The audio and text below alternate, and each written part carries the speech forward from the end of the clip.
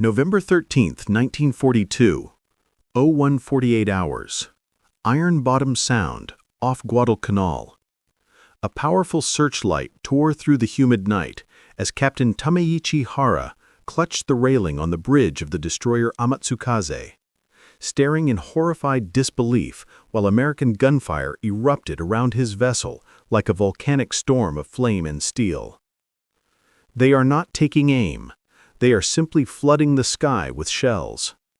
His hurried note in his log that night would capture a reality determining the Pacific War's outcome long before many Japanese commanders grasped it. In just 35 seconds, USS San Francisco launched more 5-inch shells than some Japanese destroyers brought for an entire operation. The Americans weren't firing carefully measured shots, they were constructing blazing barriers of metal that turned darkness into false daylight, with gun barrels glowing red from nonstop fire. Over 2,700 miles away at Pearl Harbor, ammunition ships were already being loaded with the next shipment. 15,000 tons of shells, enough to replace the munitions spent in this battle 50 times over. Meanwhile, in Tokyo, naval planners debated whether they could allocate 12 rounds per gun for the next convoy escort.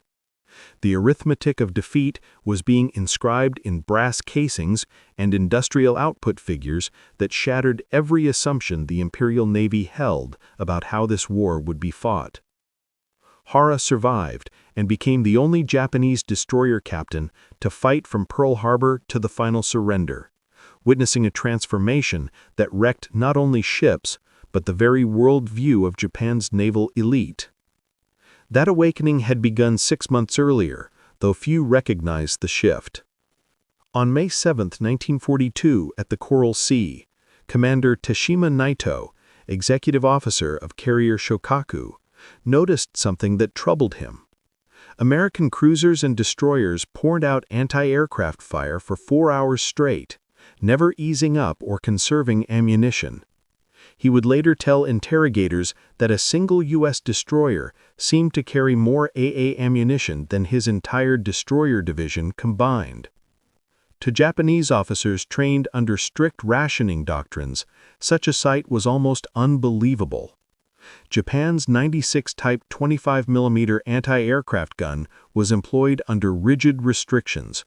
Hold fire until planes descended within 800 meters, fire only 3 to 5 round bursts, stop immediately once the target passed optimal range. These rules weren't preferred tactics, they were forced by scarce ammunition. Lieutenant Commander Masatake Okumiya, aboard carrier Ryujo, drilled his gun crews relentlessly on these limits. Their magazines held enough ammunition for 12 minutes of continuous AA defense. After that, helplessness. Yet the Americans, he realized with growing anxiety, fired without pause for hours. The true meaning of this disparity became undeniable at Guadalcanal, where the unforgiving math of industrial war bled across the waters the U.S. sailors soon called Iron Bottom Sound. During the Battle of the Java Sea on February 27, 1942, Japan achieved a tactical victory. But Captain Hara, commanding Amatsukaze, saw something that disturbed him more than enemy shell splashes. The multinational Allied fleet fired 1,619 8-inch shells, scoring only 5 hits, of which 4 were duds. The Japanese fired far fewer and struck decisively.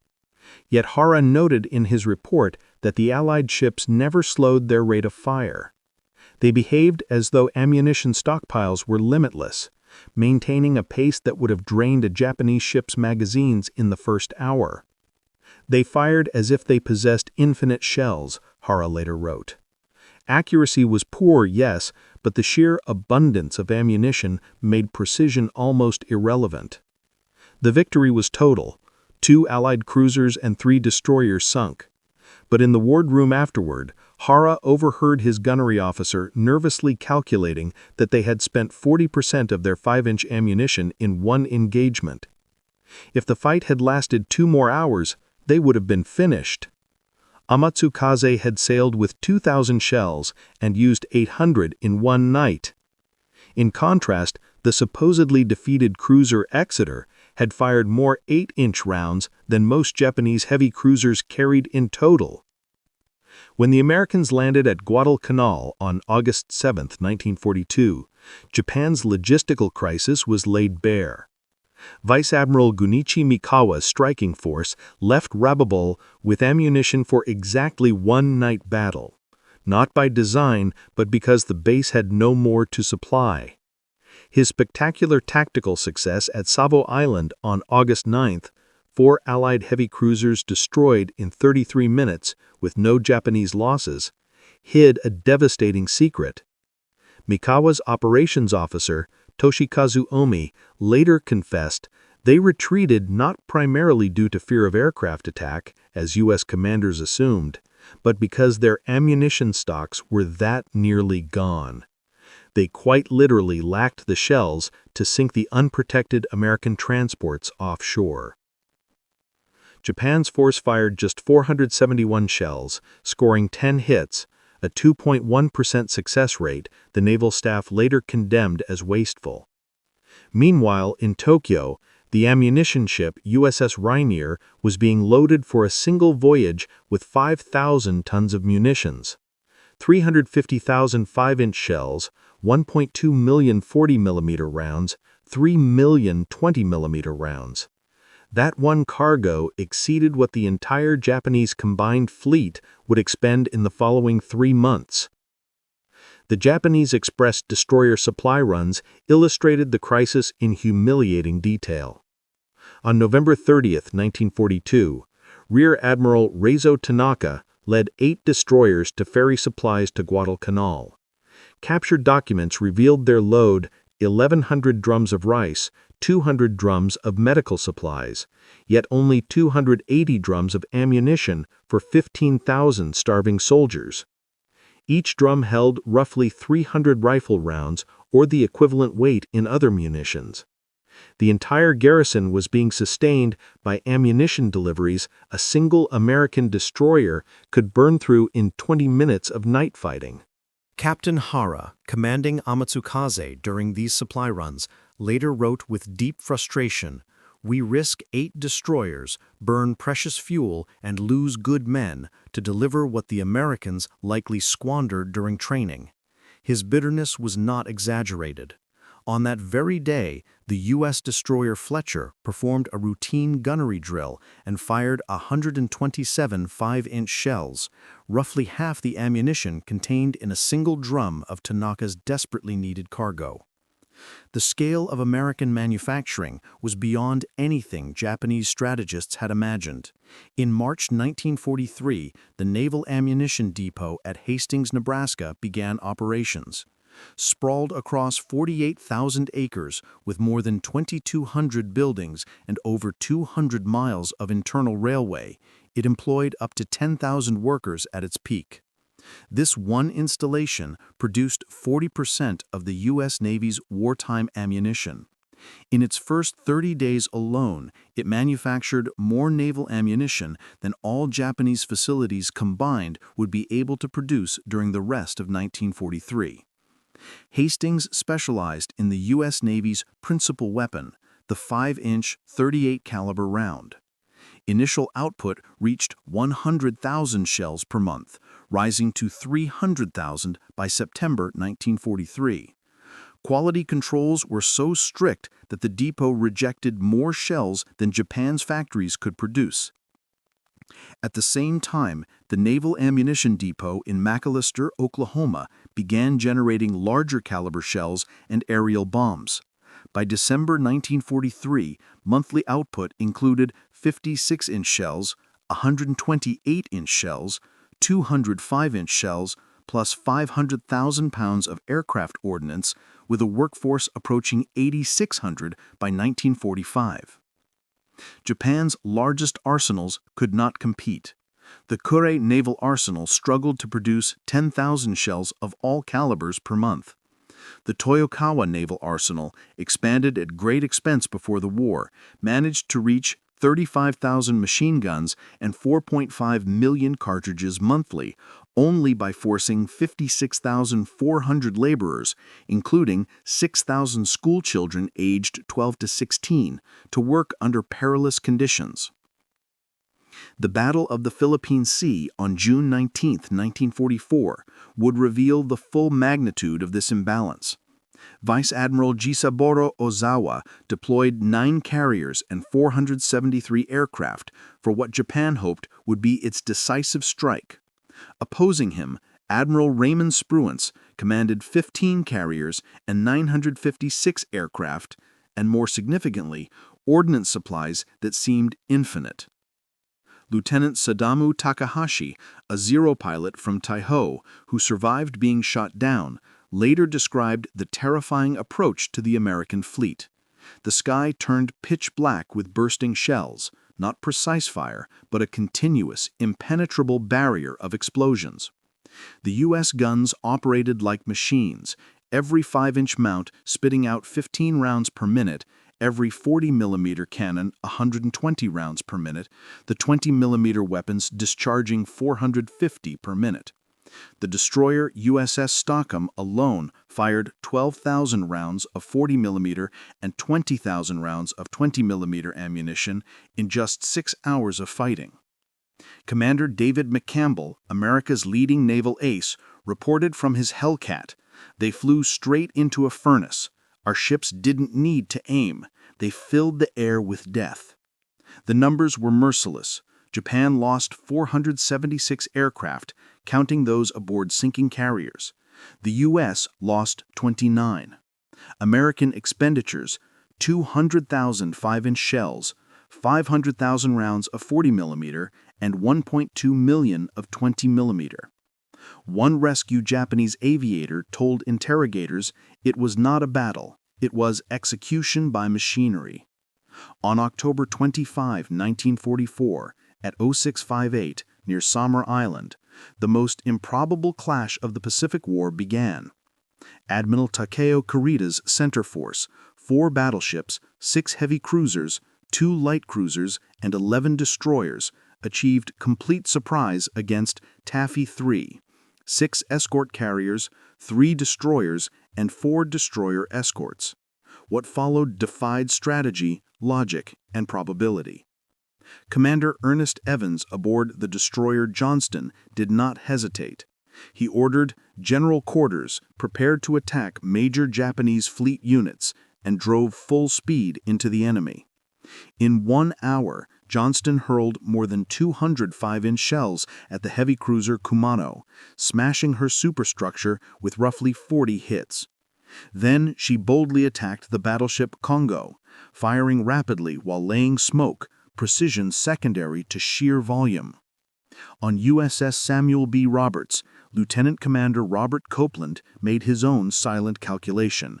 They would likely die, but he ordered the charge anyway. His tiny ship carried only 325 shells per gun, 1,625 total.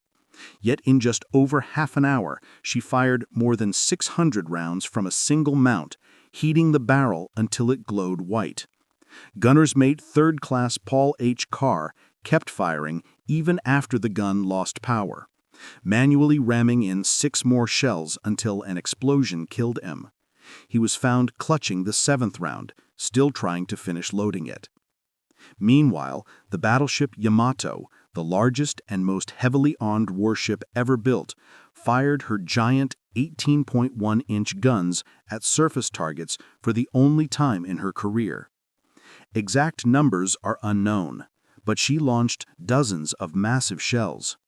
Designed to destroy battleships, they punched clean through thin American escort carriers without detonating.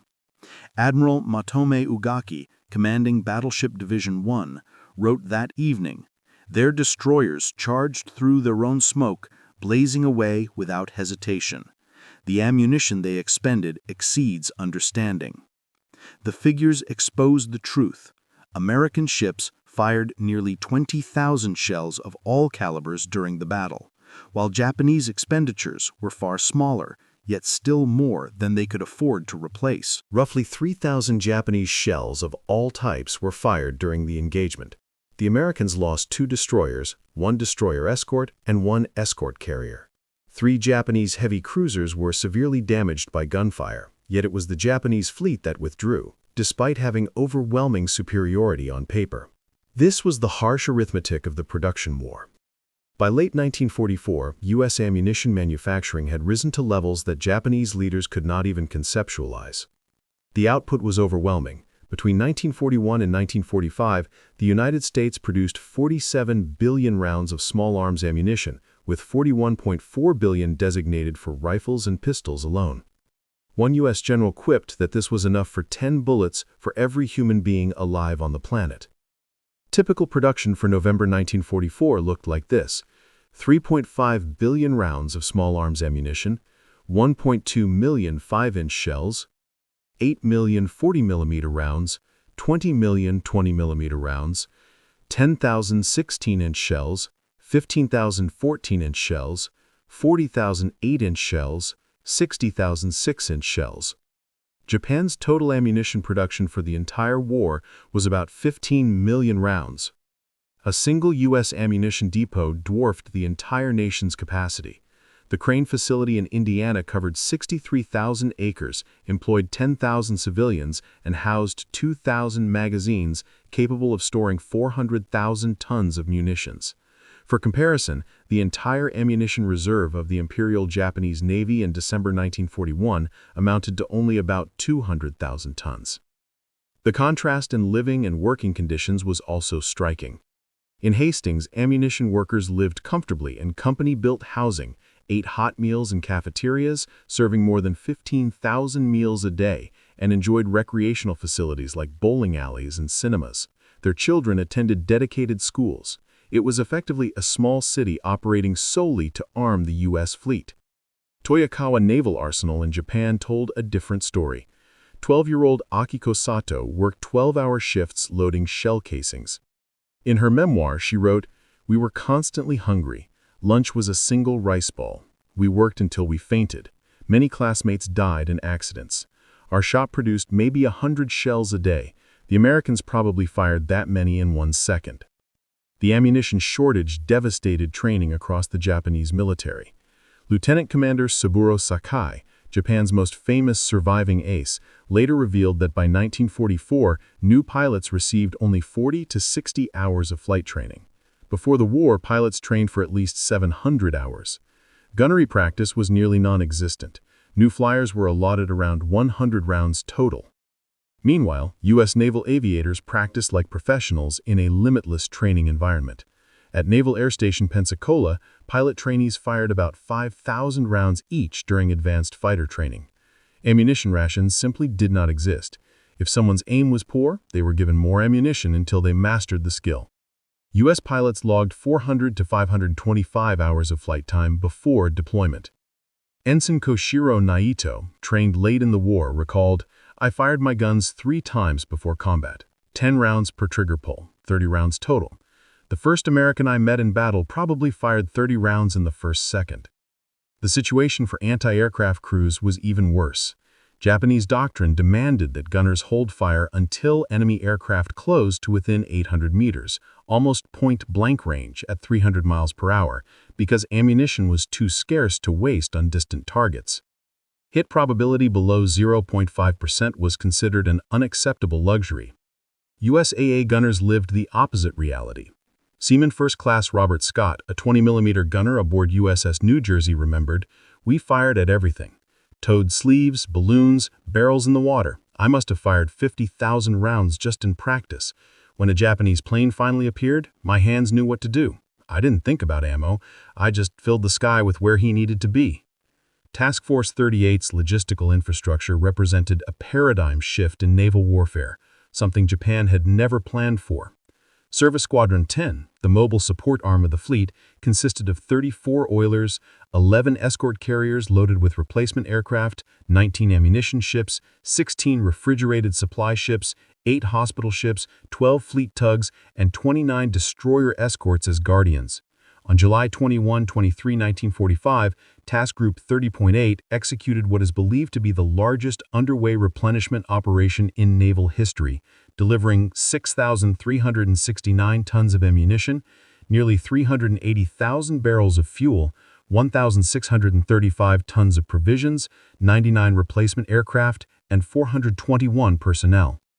One single resupply event delivered more ammunition than most Japanese naval bases had in total stock. After the war, Fleet Admiral Suimu Toyota admitted, "We estimated American usage based on our own limits.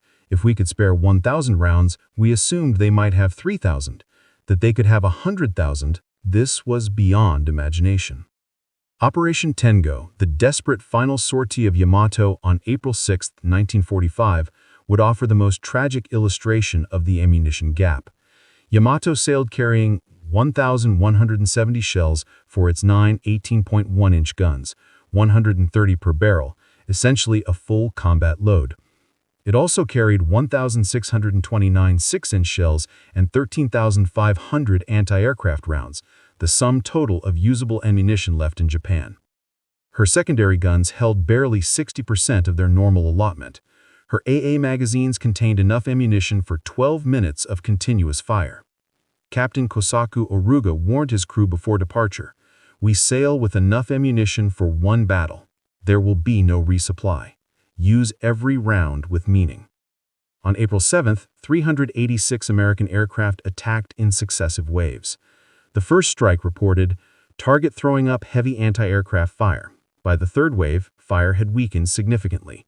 By the fifth, only sporadic bursts remained.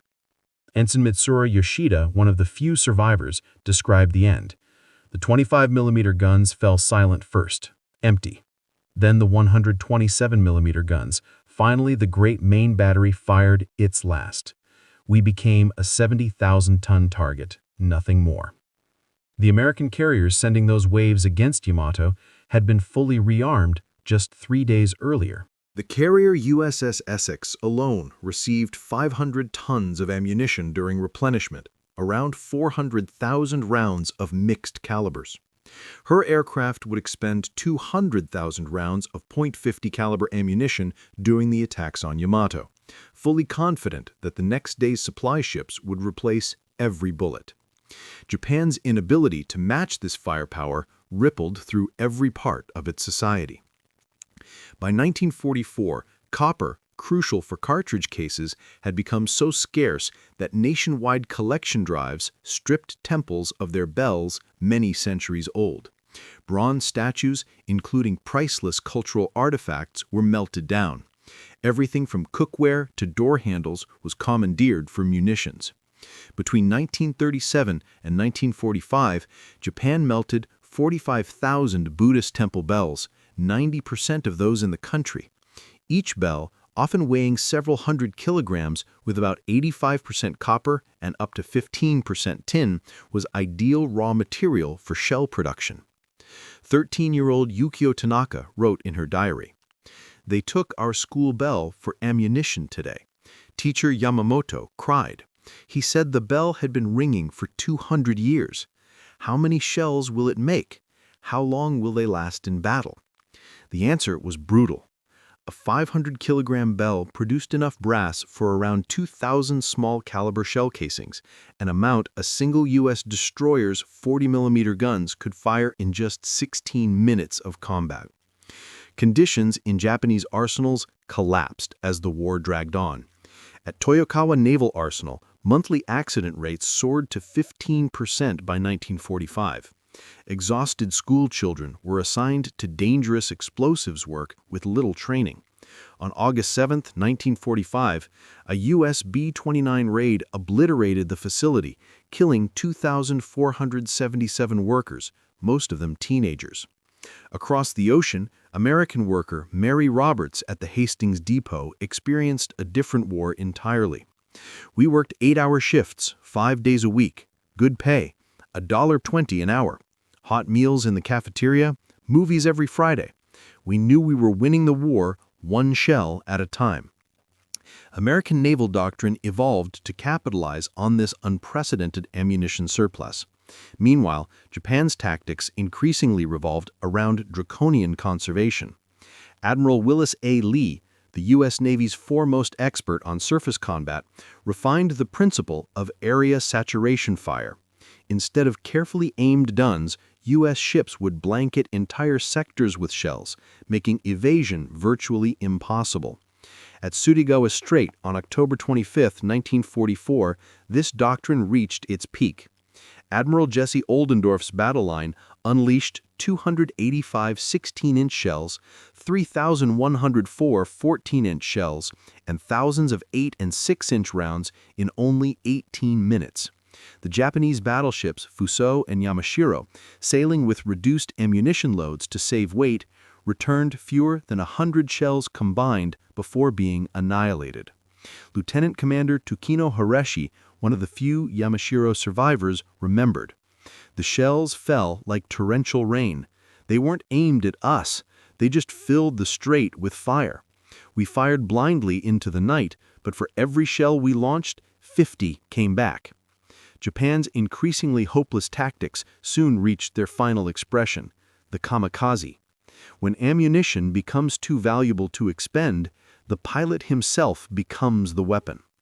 Vice Admiral Takejiro Onishi, the architect of the kamikaze program, privately acknowledged, "We crash our bodies because we lack the shells for traditional attacks. One pilot and one aircraft replace hundreds of rounds we do not possess." American codebreakers monitoring Japanese communications quickly understood the crisis. A decrypted message in December 1944 summarized the combined fleet's ammunition status. 16-inch, 15% of required minimum. 14-inch, 22%. 8-inch, 18%. 5-inch, 31%. Anti-aircraft, critical shortage across all calibers. After reading this report, Admiral Nimitz remarked, "They're a boxer with no punches left. All we must do is continue hitting." The U.S. Navy began crafting operations explicitly to force Japanese ships and bases to expend ammunition. Harassing attacks, feints, and probing strikes designed less to win tactical victories than to empty Japanese magazines. Cryptanalyst Commander Joseph Rochefort observed, "We could map Japanese strategy by their ammunition orders. When they requested resupply, we knew they were unable to fight for at least 2 weeks. We controlled the tempo of every battle." Meanwhile, U.S. submarines throttled Japan's ammunition transport lifeline. The statistical devastation was immense. 147 Japanese ammunition ships sunk, 500,000 tons of ammunition lost. 55% of all munitions shipped were destroyed en route. Lieutenant Commander Dudley Mush Morton and USS Wahoo sunk the ammunition ship Fukue Maru in January 1943, the blast visible from 40 miles away. That single ship carried more ammunition than the entire Rabaul garrison would receive in the next 3 months. Captain Tatsuoka Shimazaki, who commanded multiple ammunition convoys, described the despair. "We loaded 10,000 tons of shells at Kure, 4 ships bound for Rabaul. When we arrived, 2 were sunk, 1 badly damaged. We delivered only 2,000 tons. The submarines took the rest." The psychological toll on Japanese logistics officers was crushing. Commander Yoshiro Tanaka, who oversaw ammunition distribution in the Philippines, took his own life in October 1944 after failing to deliver desperately needed supplies to Leyte. His final message read, "I send empty ships to die. The Americans sink them whether they carry cargo or not. Our guns grow silent while theirs never cease." By the close of the war, production figures alone explained the outcome. Between 1941 and 1945, U.S. naval ammunition output totaled 47 billion rounds, including 41.4 billion rifle and pistol cartridges, and weighed 4.2 million tons. Peak monthly production, achieved in March 1945, reached 3.5 billion rounds. The United States operated 47 major manufacturing facilities at peak capacity, employing 486,000 workers. Japan's production, by comparison, approximately 15 million rounds total of all calibers, weighing around 200,000 tons. Its highest monthly output came in November 1942, with 400,000 rounds. Japan had only 11 facilities and a peak workforce of 95,000, many of them school children forced into dangerous labor.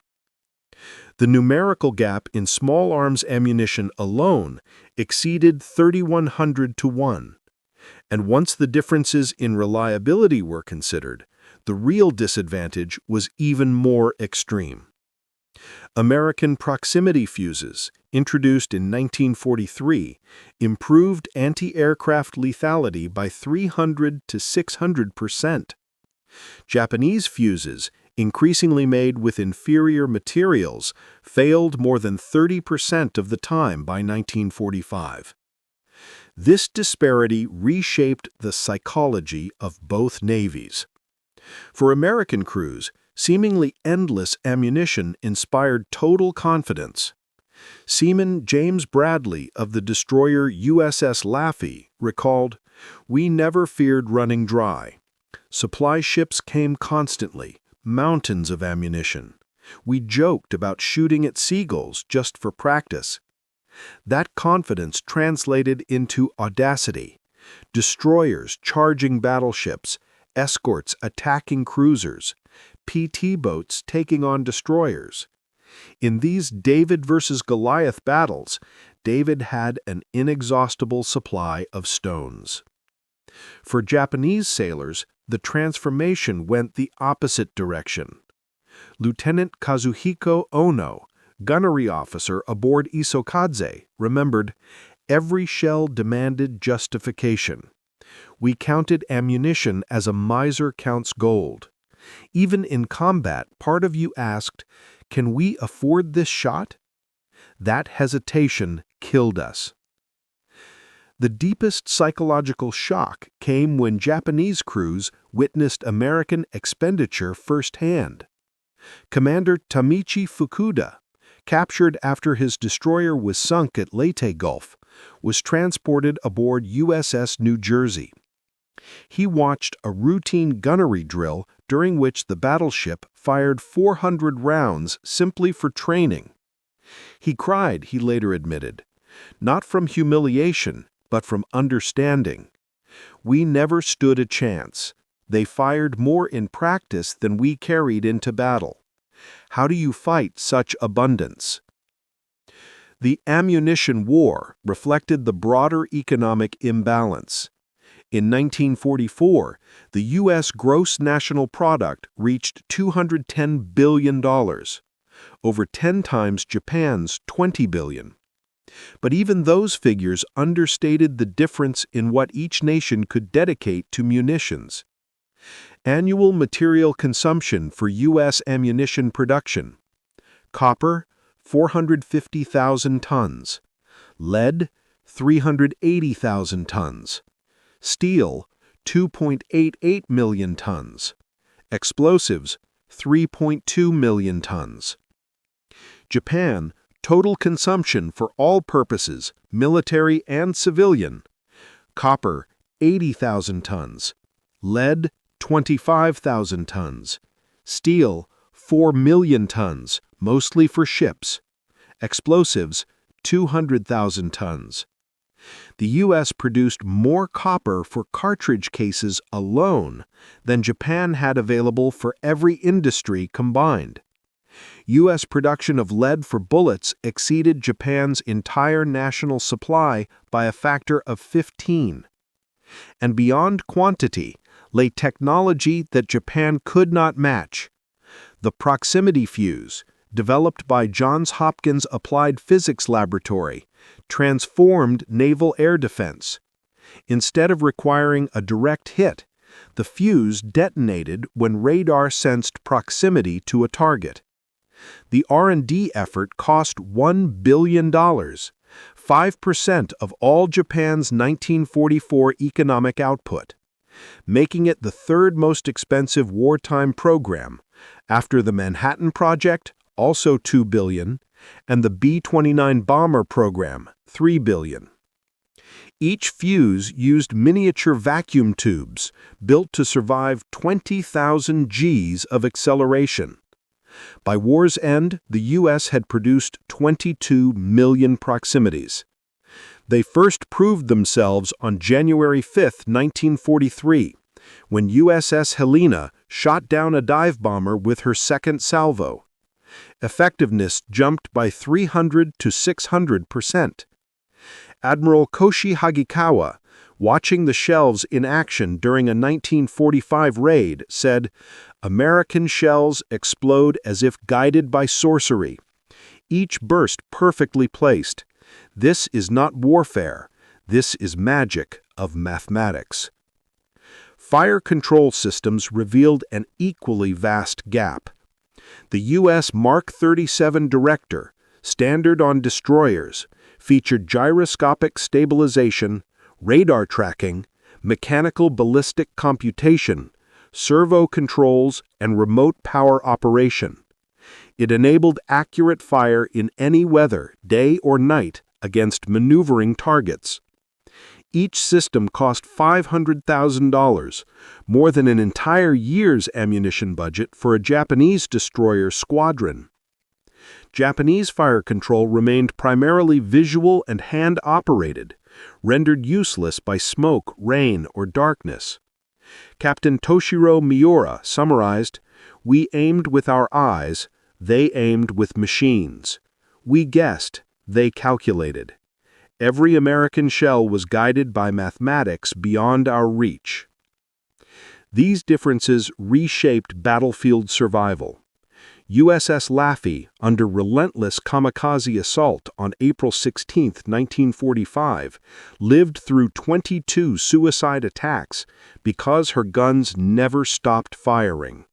345 5-inch shells, 11,000 40-millimeter rounds, 20,000 20-millimeter rounds in just 80 minutes. Her gunners shot down 9 planes and damaged 4 more. Though hit 4 times by bombs and 6 times by kamikazes, she survived, because her anti-aircraft fire reduced each strike's lethality.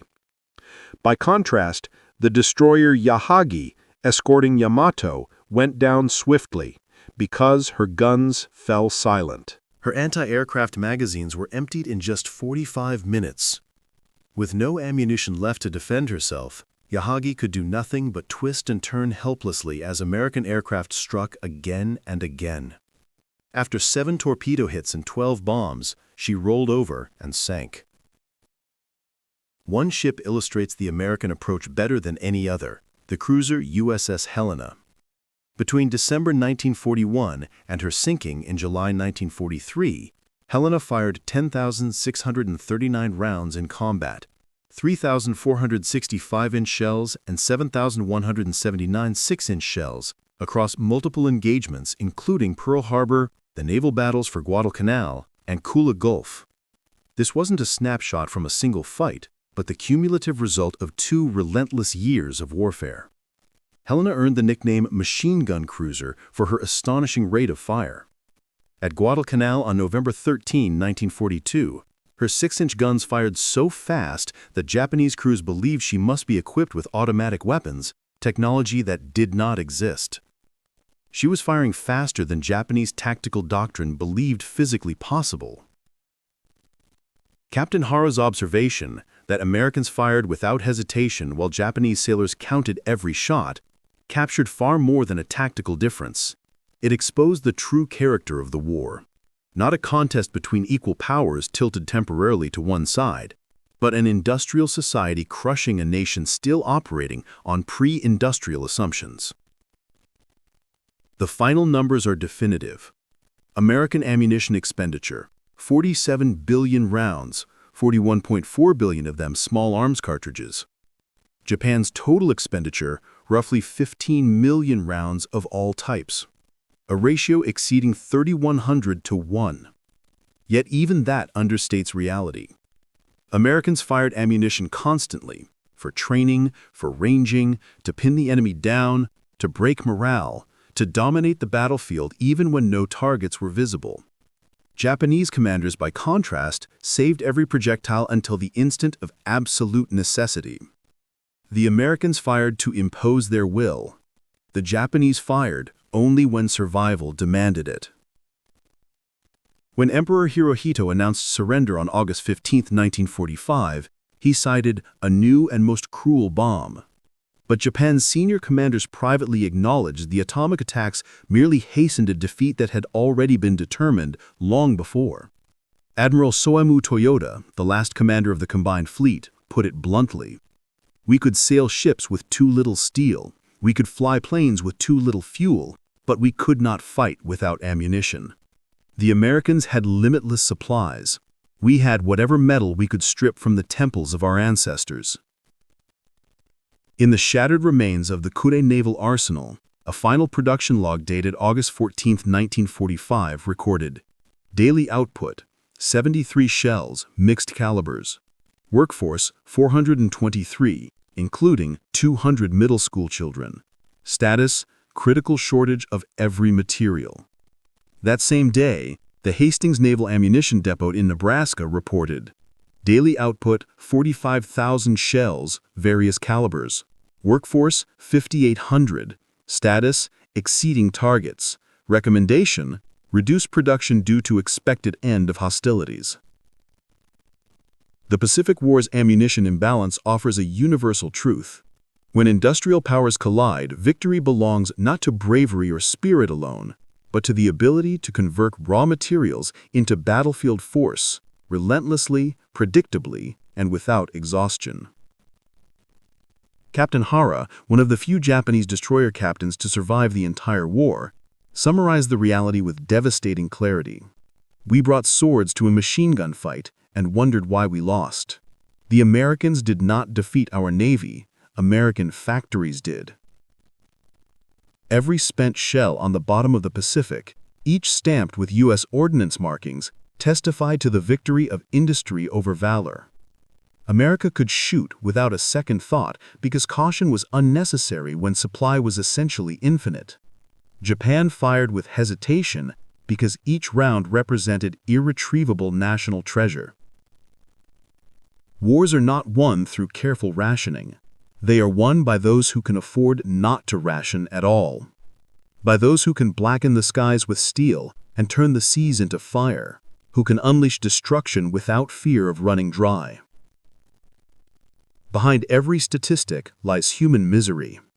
Ensign Teo Matsui, commanding a 25mm anti-aircraft mount on board the carrier Zukaiko during her final battle at Cape Engano, received just 10 rounds of ammunition for his gun. He waited, holding his fire as wave after wave of American aircraft descended on Zukaku, hoping for one perfect opportunity that never arrived. The carrier went down with his allotted shells still untouched. His mother would later receive his final letter. "I have 10 chances to defend our ship. I will make every one matter." She never learned that he died without firing a single round, trapped by the unforgiving mathematics of scarcity. At that same battle, Seaman Robert Dixon, a 20mm gunner aboard USS Essex, unleashed 15,000 rounds. In a cheerful letter home, he wrote, "Mom, you wouldn't believe how many bullets we shoot. It's like fireworks that never stop. Don't worry, we have so much ammo that nothing can get through." Both young men fought with equal heart and loyalty, but one measured every cartridge like treasure, while the other kept firing until the enemy disappeared. The contrast lay not in courage, but in industrial power. Not in spirit, but in supply. Not in will, but in warehouses bursting with brass and steel. 80 years later, the lesson endures. Military strategists still study Captain Hara's words not as a relic, but as doctrine. Wars between advanced nations are decided on assembly lines long before they begin on battlefields. The Pacific War demonstrated that once industry is tuned for combat, no tactical brilliance can counter its relentless output. American ships rained shells as though the ocean itself produced them, because their factories worked like storms. Japanese ships treated every round as a sacred artifact, because theirs were crafted like heirlooms. In the end, Captain Tameichi Hara's bitter reflection became the epitaph of an empire. The Americans used shells without thinking, while we counted every round. Within that distinction lay not just battlefield disadvantage, but strategic futility, a reckoning between industrial modernity and the limits of national will. The guns are silent now. The ocean hides the wrecks and the empty casings. But in archives from Pearl Harbor to Yokosuka, in the memories of sailors from both sides, a truth remains unchanged. The Pacific War was not determined by who fired, but by who manufactured. America won because it could shoot freely. Japan lost because it had to think before it shot. And between those two realities stretched the abyss that consumed an empire and reshaped the future of warfare. The final testimony does not come from admirals, but from numbers. 47 billion versus 15 million. That ratio is the real narrative of the Pacific, not tactical victories or dramatic battles, but an industrial giant capable of producing ammunition on a scale the world had never seen, opposed by a nation that melted its temple bells just to fire a few more times. The Americans fired without hesitation because they could.